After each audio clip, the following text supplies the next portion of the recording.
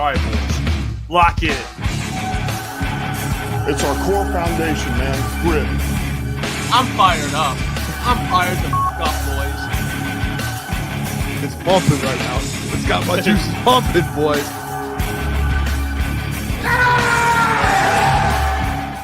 What is going on, everyone? Welcome to, I guess, Monday mornings with Jeff, Detroit Lions, Minnesota Vikings. I'm going to get into it. Also, we'll talk a little bit about the playoffs as well. Usually I'm out in the morning. It was it was rough. I'm a little under the weather, battling right now. But you said, you know what? I got to go live today.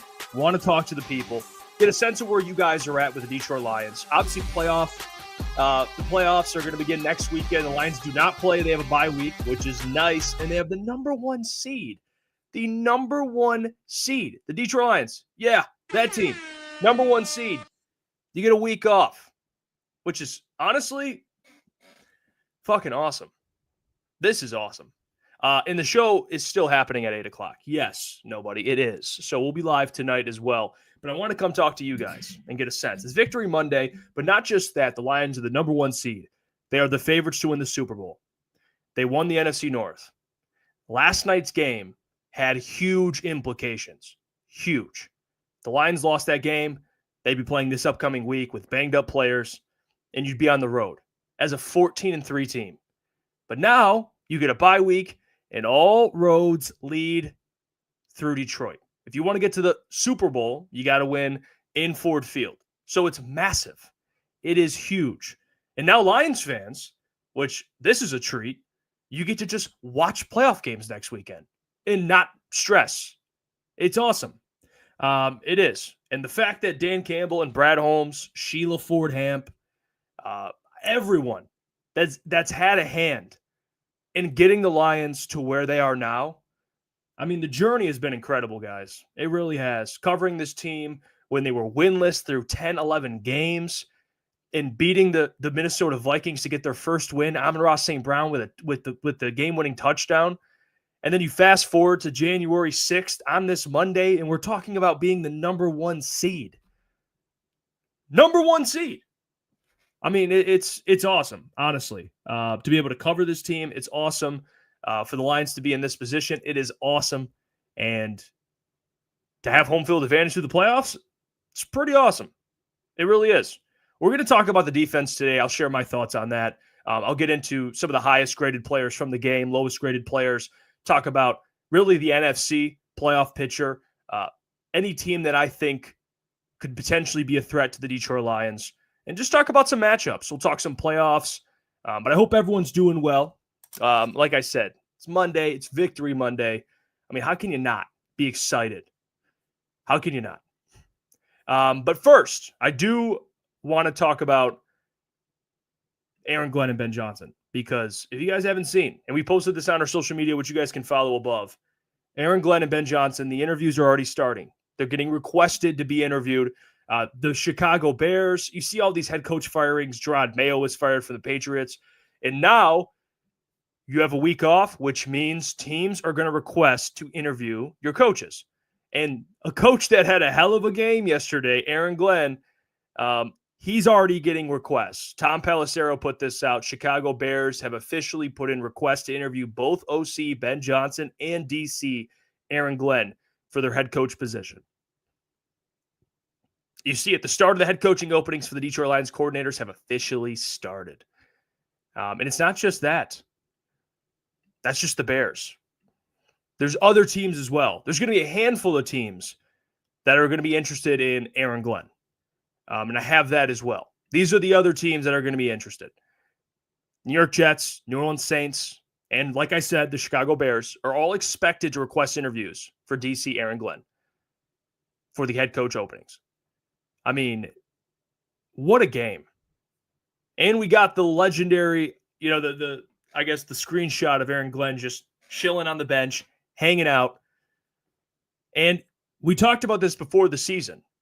The biggest advantage for the Detroit Lions is retaining this coaching staff. You have Ben Johnson and Aaron Glenn and everyone else around them. They've been here for years. Players are already familiar with the system. You're looking around, even the Philadelphia Eagles. Like the Eagles got 2 new coordinators this past offseason. And obviously, they're still a very good team, but there's something about having consistency. There's something about having coaches in a system that players are already familiar with.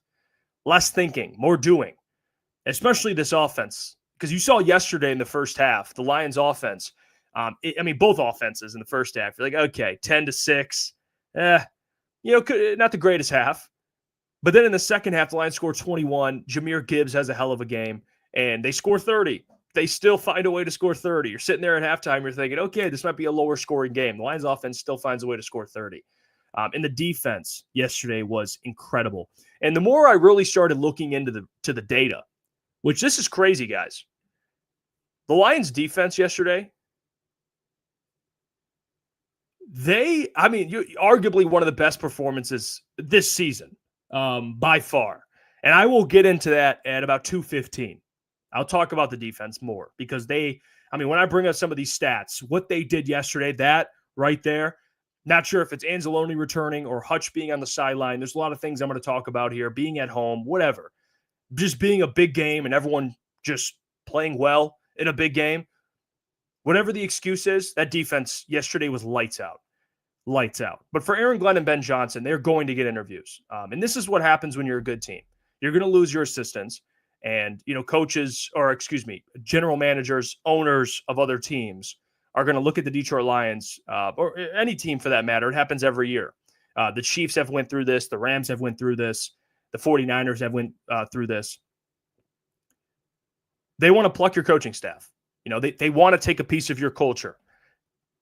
Organizations are looking at what the Detroit Lions are doing, and they're going to mimic that. They want Aaron Glenn. They want Ben Johnson. Because they can't hire Dan Campbell. So they're going to take the guys around him.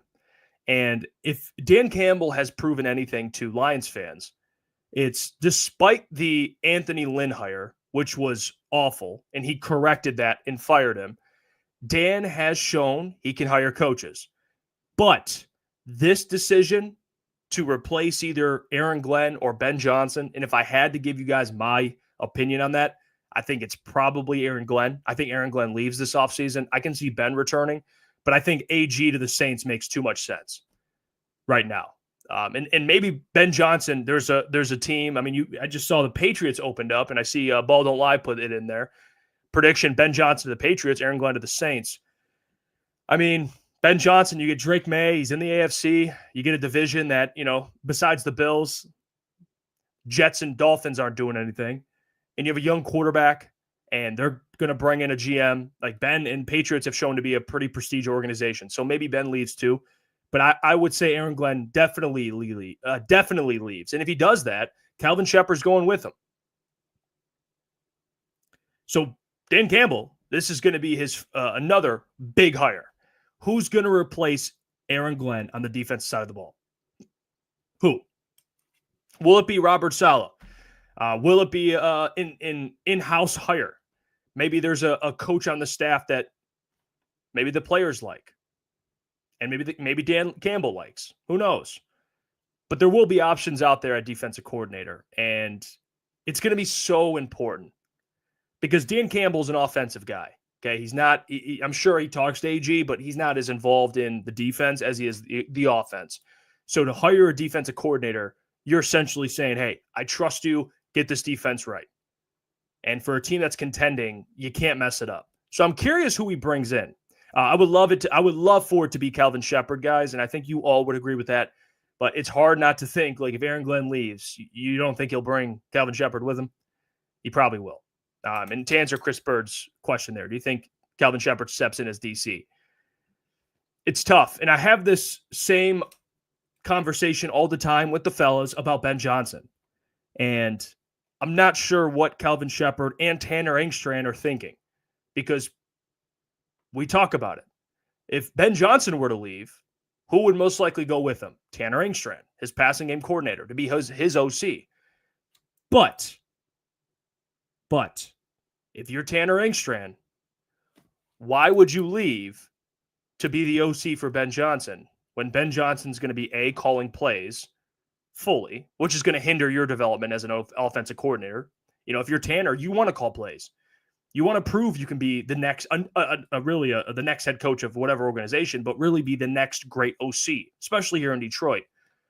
So for Tanner, it's like, yeah, I get that, his relationship with Ben Johnson, but why wouldn't he just stay, get to call plays for this offense with Jared Goff, these weapons, the best O-line, the best backfield? It doesn't make much sense for Tanner Engstrand. Maybe he does it, though. And I could say the same thing about Calvin Shepard. Is Calvin Shepard, if he were to leave to join AG, he wouldn't call plays on defense. AG would, of course. So it is tricky. If Calvin Shepard has an opportunity to be the DC here or be the DC with Aaron Glenn, I would say the same thing I said about Tanner Engstrand. If I'm advising Calvin Shepard, I'd say, well, Calvin, you can call plays here, have full control over this defense with great young players on a championship team. Or do you want to go be the DC, again, same title, same role, but not call plays for the Saints? I don't know. It's going to be very interesting, guys, what they do. Tanner and Calvin, who seem to be the two guys next up to replace Ben and Aaron Glenn. That's probably the biggest storyline for me, is I'm wondering how that works. But we'll find that out. But the Lions are going to lose a lot of coaches. But the biggest thing is you have Dan Campbell. And that's where teams get tested. Once you start losing a Ben Johnson, who we all agree is the best OC in the game, not a head coach, who's not a head coach, of course, you're going to get tested. You know, like, okay, where do we go from here? Same thing with the defense. And I know people all year would be quick to harp on Aaron Glenn and call this man bad, even though he's had the most injuries in the NFL. Aaron Glenn's a very good DC. And the performance yesterday, guys, was unbelievable. And I think AG to the Saints makes so much sense. They need a culture changer. And Aaron Glenn being around Dan Campbell, players love to play for him. He knows the Saints very well. That's a guy that I believe they would want to bring in. I've seen Matt Nagy floating around as well. Maybe they want to bring in an offensive guy. You guys know how I feel about offensive coaches. That's the route I would always go, especially if you have a young quarterback like Patriots. There's a reason why they let Gerard Mayo go. You know, you don't want Gerard Mayo. And even though he's probably a great human, I don't think he got a fair shot. But I would have never hired him to begin with. So to hire him then fire him a year later is not fair. But let's be real here. You want a great offensive mind to groom Drake May. You know, that's the same thing the Bears want. The Saints, not sure what they want. Maybe they want a culture changer. You know, kind of like D'Amico with Houston. And D'Amico brought in Bobby Slowick, and even though they regressed this year, but last year it was pretty positive. So it's something to pay attention to. I don't think the Bears will get either. I think the Bears are going to be looking for. I don't think Ben would go to the Bears, and I don't think the Bears would hire AG. They just fired a defensive guy. So I don't think that makes sense. So I think Lions fans I would assume you guys are safe. We're all safe from having Ben Johnson in the NFC North. Not something I'm looking forward to. But this defense, Aaron Glenn's earned an opportunity. Yesterday against the Minnesota Vikings were 0 for 4 in the red zone. 0 for 4, guys. 0 for 4. And we talked about it against the Packers, the Bills, and the 49ers. I took out the Bears game because the Bears aren't a good team, but 3 decent teams. 49ers are decent, but really more so the Bills and Packers. All those 3 teams combined, I've been talking about it. 14 of 17 in the red zone against the Lions. 14 of 17. That's an 82% conversion rate. We talked about it. They can't do this. It's not sustainable. You can't allow teams just to walk into the end zone. It just can't happen. And they responded yesterday. 0 for 4? 0 for 4 in the red zone. So talk about a response. That's how you respond. Vikings didn't score a touchdown. That's crazy. If you would have told me that before the game, Jeff, the Vikings aren't scoring a touchdown, I would have went Stephen A. Smith on you. Stay off the weed. But they actually did that. They were 0 for 4 in the red zone. And the Vikings on third down, 3 of 13. Yeah, you heard that correctly. 3 of 13. So the defense yesterday was incredible. And guys, you know me. I've been the biggest skeptic of this defense. I've talked about it.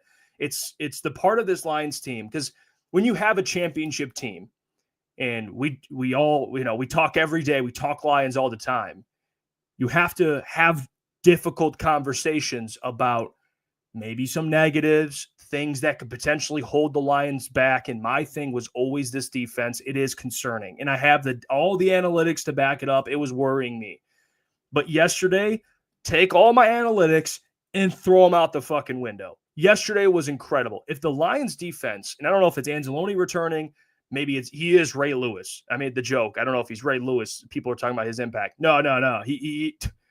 The defense looked night and day with him out there. So maybe I was wrong completely about Anzo. I thought Anzo was good, but I don't know if it was him being back and Aiden Hutchinson being on the sideline, like a mix of everything. I don't know what it was, but they played lights out. If the Lions defense can play like that, or at least play 70% like that, like maybe you allow a touchdown or two, but I mean, it's probably unrealistic to not allow a touchdown all game, but if they can be similar in the red zone, maybe they allow a team to go 1 for 4, or on third down, it's, 4 of 12, 5 of 11, whatever it is. That, to me, is a defense that when you're looking in the NFC, you're thinking they'll take care of anyone. They will. And I see this comment here, ball don't lie. I do think part of it was Sam Darnold shitting the bed. I don't expect the Lions defense to all of a sudden look like the 85 Bears because of one game. Still impressive nonetheless. I mean, yeah, I get that, obviously, and I think all Lions fans would agree. This isn't going to be sustainable. But, man, what a step in the right direction. I can't – this is what I have to watch here. I can't say, well, I expect the defense to step up. And then when they do that, I'm like, well, it's a one-off. I don't think that's fair to the defense for me. So I have to look at it like, you know what? I agree with you, ETN. Sam Darnold crapped the bed yesterday, but the Lions made it tough on him. If you guys haven't seen Dan Orlovsky break down the Lions defense against the Vikings, it was chef's kiss. Like Aaron Glenn, you're doubling Justin Jefferson. You have a safety over the top, and then you're doubling Jordan Addison, and you have a safety kind of lower, making it tough, the underneath routes that Sam Darnold's dumping the ball off to him. Those two guys were in jail cells. I mean, they just were. They were locked up. And then TJ Hawkinson, I mean, I don't have to say much on that. He just couldn't catch a ball. So, I mean, those are all your weapons right there. Aaron Glenn, I can say Sam Darnold crapped the bed, but the game plan Aaron Glenn had, kudos to him. It was an excellent game plan. Sam Darnold was rattled to his core. They did a good job rushing the passer. And I will say, this is a Vikings team. This isn't like the worst. This isn't like the Giants offensive line. This Vikings offensive line, they showed all the PFF ranks before the game when they were doing the Sunday night intros. All those guys were top 15, top 10, top 8, top 15. All these guys are pretty good offensive linemen. And their unit as a whole is a pretty good unit. And they got by Al Muhammad, Zadarius Smith. I mean, and this is where I will give Anzalone credit because he had a hell of a game. Led the team in tackles, and you could just see it in the run game, his impact, in the pass game. He's guarding TJ. He was all over the place. But you can see Jack and Anzo, when they're out there together, they're plugging gaps. I mean, they're where they're supposed to be. You could tell the difference for sure when he's not there versus when he is there. He's a very important player. And he might not be the best linebacker in the league or even one of the best, but man, he is a very good linebacker.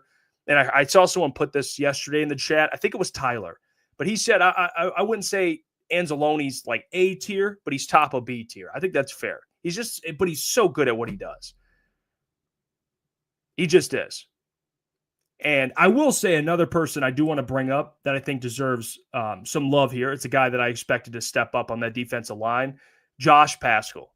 Josh Paschal yesterday did something that I've been asking for him to do, which is just be disruptive. He had a couple quarterback hits. Levi Onwuzurike did the same thing. You need those two to keep improving every week because you don't have Aleem. You don't have Aiden Hutchinson. You need guys that maybe aren't necessarily counted on to step up in big games, but now With the injuries, they have no choice but to do it. And Josh and Levi and DJ Reader, those guys stepped up yesterday, made Sam Darnold extremely uncomfortable, and Zadarius Smith battled through double teams. So that defensive line yesterday was very good. And I think Aaron Glenn did a very good job of blitzing the nickel. He's finding creative ways to blitz Sam Darnold, making him confused. And, of course, when you have Brian Branch or Iffy coming off the edge, it's making things difficult for any quarterback. But I thought those two played really well. And I see the chat talking about it. Steve mentioned it. And I forgot who else mentioned. I'm trying to find. Oh, Derek mentioned it as well. Derek said, Amik impressed me so much. We knew he was good outside based on what he did to the Raiders last year, but I was expecting to be able to put on clams on Jefferson. I said this on the postgame, guys, and I want you guys to give me your thoughts on this. Is it fair to say at this point that Amik should just stay outside all year? Like, that's where I was at after the game. I think Amik, although it's like trying to put a circle in a square hole, you want him to be your nickel so bad. But I think he's just truthfully an outside guy.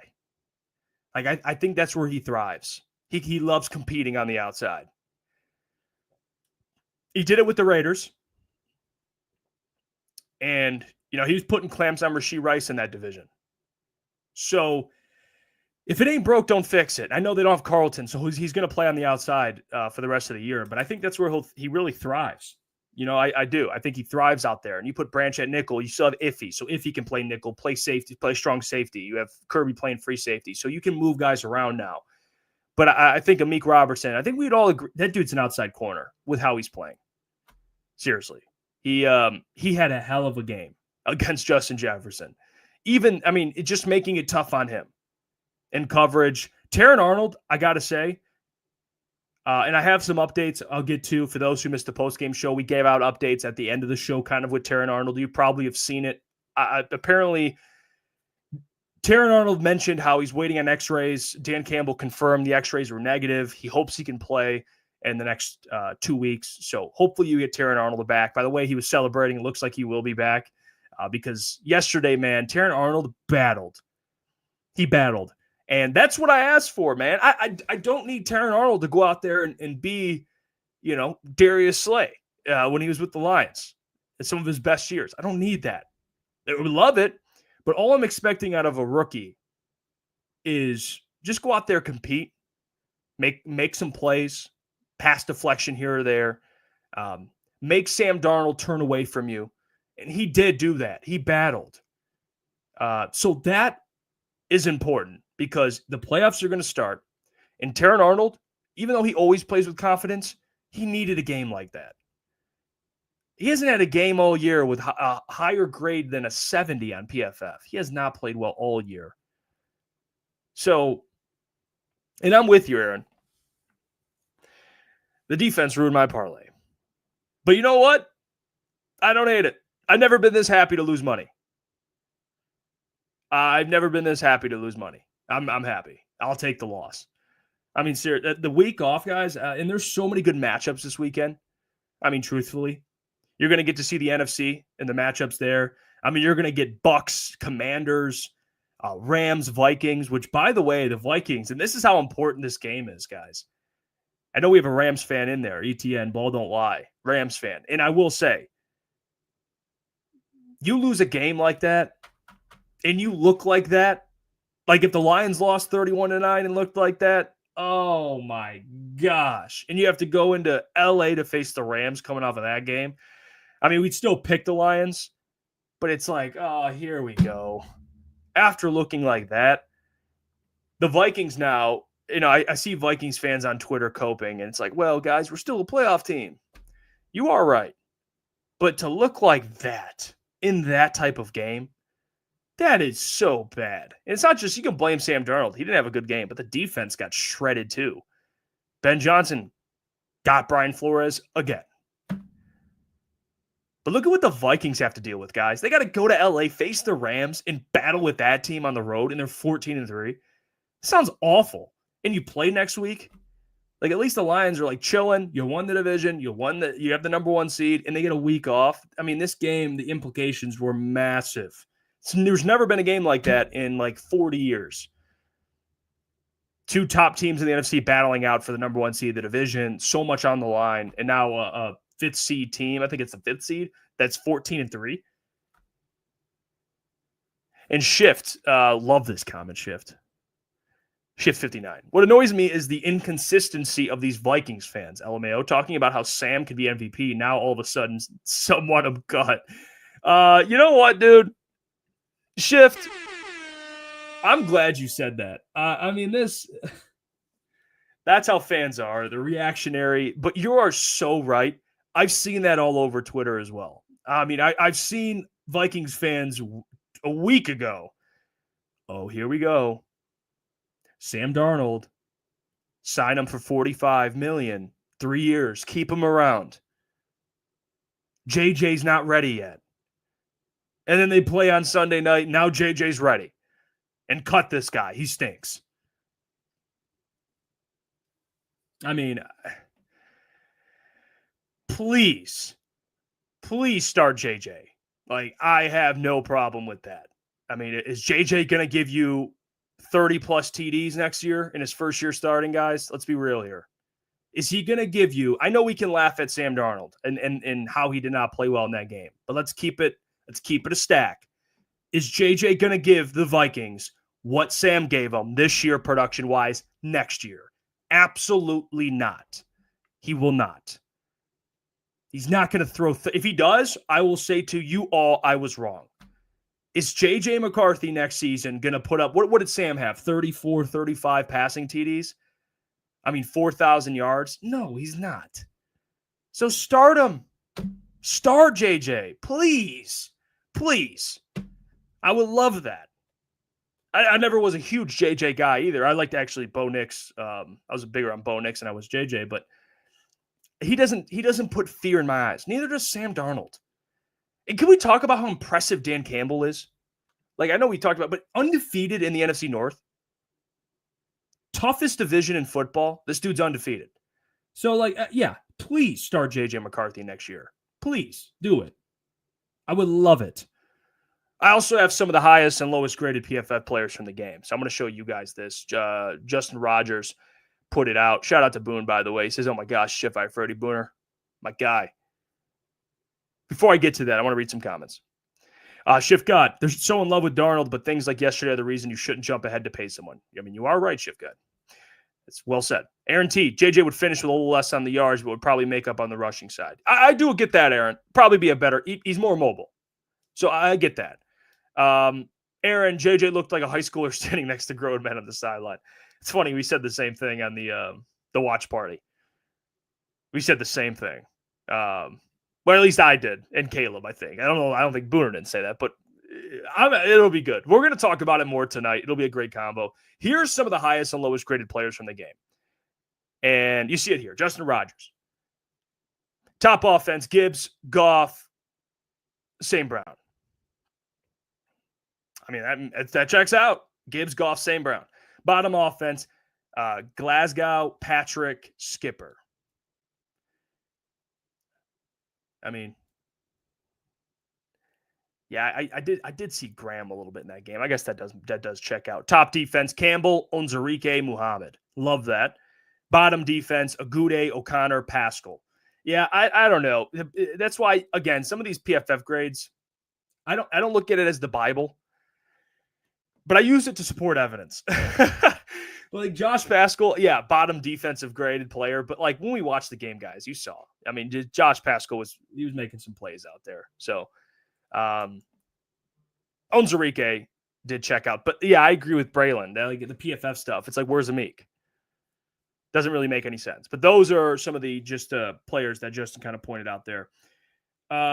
Steve says, any news about Zeitler's injury, Jeff? No news. I believe it was just something he tweaked. It looked like a hamstring. But you saw him on the sideline say, like, I'll be fine. I believe Zeitler will be ready to go. That's not something I'm worried about, Steve. If I do find anything, we'll talk about it tonight on the show, dive into more of it. But just initial reaction, watching the game last night, didn't look like a serious injury. They had Mahogany, but at that point, you're already blowing the Vikings out. So Mahogany just comes in. He'll probably get treatment. And it'll be all right. Let's see here. Michael, Glasgow was really bad yesterday. He hasn't been what he's been all year, or he hasn't been what he was last year. And you know what? You are correct. Graham struggled a little bit this year, but I will say this about Graham, and I'll say this for a lot of players on this team. I'm willing to give them some grace because this is a team that hasn't had a bye. And how long? I mean, since like week 4, 5. So a lot of guys are dealing with injuries, and for whatever reason, Graham just has not been as good as he. And same with Taylor Decker. Like Taylor Decker will have some times where it looks okay. This guy's getting beat, and it looks like his age is showing a little bit. But I do think it has something to do with week 5 was the last bye week they had. So these guys are banged up. So I'm trying to give them a little bit of grace, but you are right, Michael. I mean, it's not just Graham. And it's Taylor, too. And this offensive line yesterday in the first half was getting worked a little bit. And that's something people were talking about in our chat. It's surprising. You're used to seeing this offensive line just maul everyone. And you saw it late. Late, they were starting to maul those guys. But, man, they just wear on them. They wear on teams. But early, it was weird. It was odd. It's like, okay. Especially Jonathan Grenard. He looked good early on. So I will give you that. Like Booner said, Dan talks to the media tomorrow, so most likely no updates until then. So there you go. Aaron T says wear and tear is truly a thing, especially with Decker over the last couple of years. Yeah. Yeah, I mean, you could tell those guys are battling. I mean, they've all pretty much been on the injury report. But Penei Sewell's a freak. But you have Frank Ragnow playing with without a toe. I mean, this guy, he's pushing through. Graham's pushing through. Decker's pushing through. Zeitler's banged up. I'm sure Penei's banged up. He just doesn't talk about it. But all those guys are banged up. But Jared Goff, you saw the protection late, though, throughout the game. As the game went on, like that dude was clean sitting back there. It was just early on. He got hit a couple times, but they cleaned it up. They really did. Shift God says, that's why I wanted this bye week. Sure, we can go on the road and win, but our health is our biggest issue right now. It really is the bye week. That is the value in having the number 1 seed. It is the bye week. And it's home field. Don't get me wrong. But for teams that like the Lions that haven't had a bye week since week 5, man, the importance of having a week off, huge. And not just that, but you don't have to travel. Come on. You don't have to travel and you get a week off. Sounds awesome. Michael says you can't expect the big men to be perfect at all times, especially against the blitz packages from Brian Flores. Brian Flores, man, that dude, I got to respect him too. Even though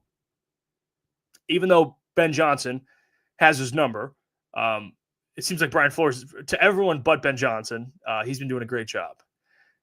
He really has. And he made it tough on him in the first half, so I got to give him credit there. A second half, they just broke finally. But yeah, Brian Flores is a very good DC. Very good DC. And I was wrong about Kevin O'Connell being head coach of the year. I just don't think there's no way this man wins it after a performance like that. We got into an argument on the pregame show, and I just thought, hey, with the team he has and what the team was last year, and they added Sam Darnold, and now they're 14-3. I was like, dude, you got to give this man credit for the coaching job. Dan Campbell coming into the year, we already had him power rankings 1. They were already, or 2. They're already one of the best teams, and they still are. But after that performance, like you can't not have a touchdown and look like that. Like that's hard for me to argue. Oh yeah, this guy deserves coach of the year. It's just tough. If that game was decided by a field goal or something like that, I'd have a better case. But yeah, after last night, you hold them to no touchdowns. It's terrible. I think MCDC deserves it, and the coach of the year award is his. I don't know what it is, but the boys were talking about it yesterday. I'm not sure with Kevin O'Connell how favored he was to win the award. But if Dan Campbell doesn't win it, I'd be shocked. I would be shocked. And that's coming from, again, a guy who thought Kevin O'Connell deserved it. But can't argue with the last night. I mean, you can't. You really can't. And, guys, I wanted to mention this too. Who are the biggest threats to the Detroit Lions in the NFC and the NFL? I think there's 3 teams that I'm looking at that are kind of on similar levels than the Lions. Now, if you want to still put the Lions first, that's fine. But I think they're all in kind of the same tier. I would say, and I'll get to your comment there, Michael, in a second, because it's Jeff, we're both hating on the D the past few weeks. Any change of heart or still have doubts? I'll get to that in a second, because that's actually a great timing you mentioned that, Michael. But there's about 3 teams I would say that are in the class with the Lions. And you guys may have different teams. These are mine. I would go Eagles, Bills, Chiefs. Those are my 3. You guys say the Ravens. I just think that defense, I think the Lions would shred that defense personally. But I don't hate the Ravens. I think they're just outside of that, in my opinion.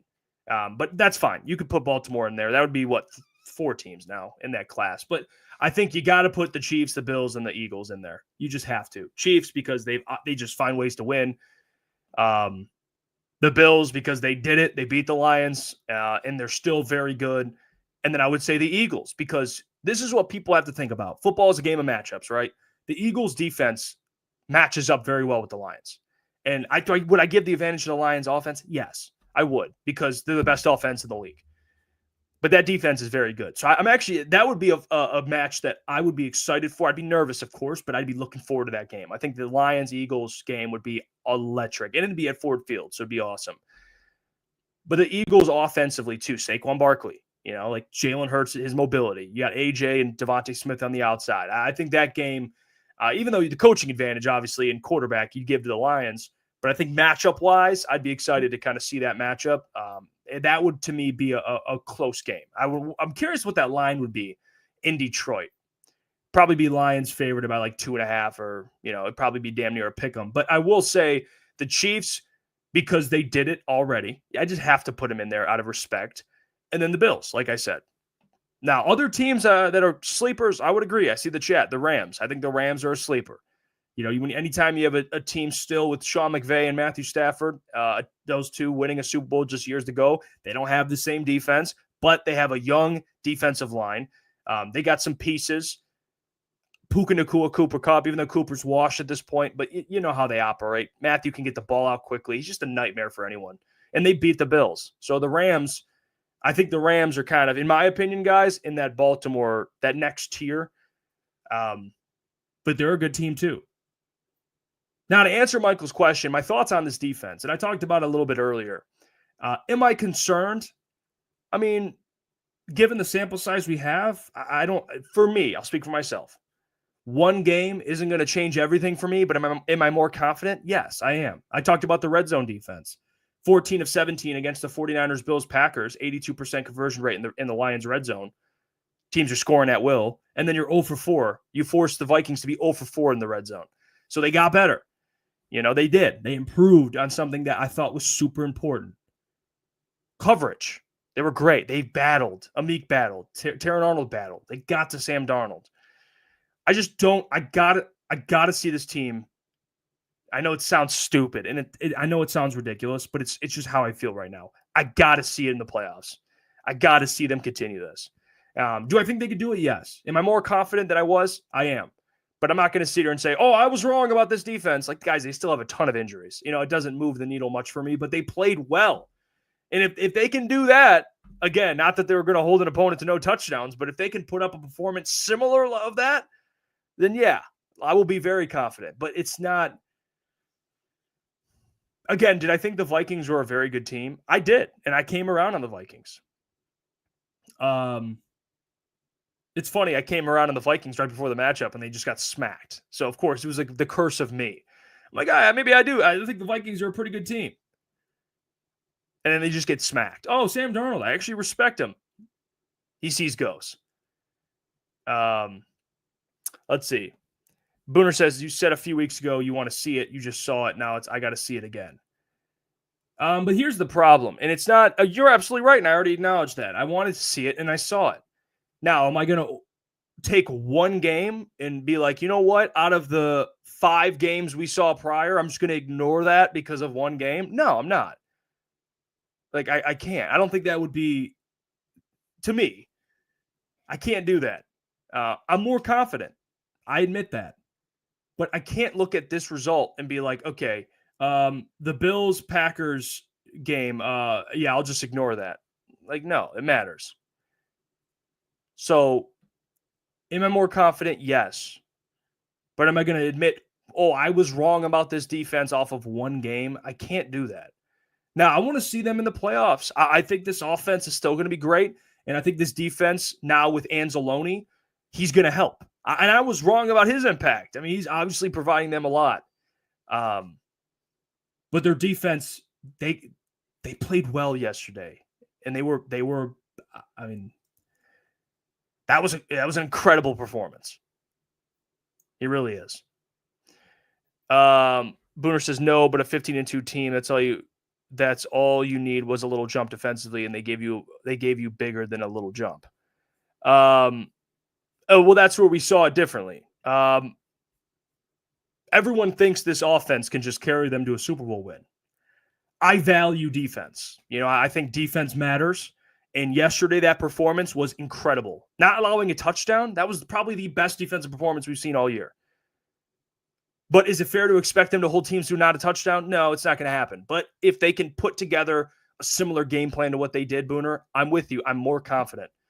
We go from a pulse to more of a pulse after yesterday. So I got more faith from yesterday. I have more faith today than I did going into the game yesterday. More faith. But how much faith? Am I where you're at, Booner? No, I'm not. For sure, no. Because I think you would admit the Lions are going to smack every team in the NFL. That's where we're different, okay? I'm more closer to you, Boone. I'm a little more closer to you, but I can't be where you're at. I can't be where you're at. Need this defense to put together more performances like they have been. And this performance was great. And Anzo's importance was on full display. That dude he's underrated. He really is. Am I going to say they can't win a Super Bowl? No, I'm not going to say that. I just said before the game, I was saying, oh, there's a little pulse left. That's where I'm at. But I still got to see this team battle it out in the NFC. They're going to play the Eagles. And then when you get to the Super Bowl, you're going to get a rematch with either the Bills or you're going to play the Chiefs. And I just talked about how those teams to me are in the same tier. So none of these games are gimmies. They still have more, like Etienne said, another litmus test, whatever you want to call it.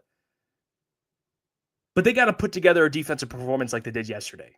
Like that. Not to that extent, it's going to be hard to do that. Not allow a team to score a touchdown, but you got to be able to, not allow teams to be 82% efficient in the red zone. Get like that or stuff like that. So we'll get to it. We'll talk more about it tonight. But man, I appreciate all you. And honestly, yesterday was a lot of fun. It was. Yesterday was a lot of fun. The pregame, the postgame, of course, the watch party. You guys supported it. And check us out on social media because Booner already posted his Kool-Aid videos, and they're doing well. And we've released new merchandise, which you guys can get. People are already ordering it. If you have ordered it, we appreciate you. NFC North merch is all available, visualctsports.com. So go check it out. Get your merch, and it'll be a lot of fun. I'm going to order some for us, so we'll have it. But I'll catch you guys later tonight. 8 p.m. will be live. Me, Booner, Lucas. I'll see you guys then. Until 8 o'clock, I will see you guys. Peace.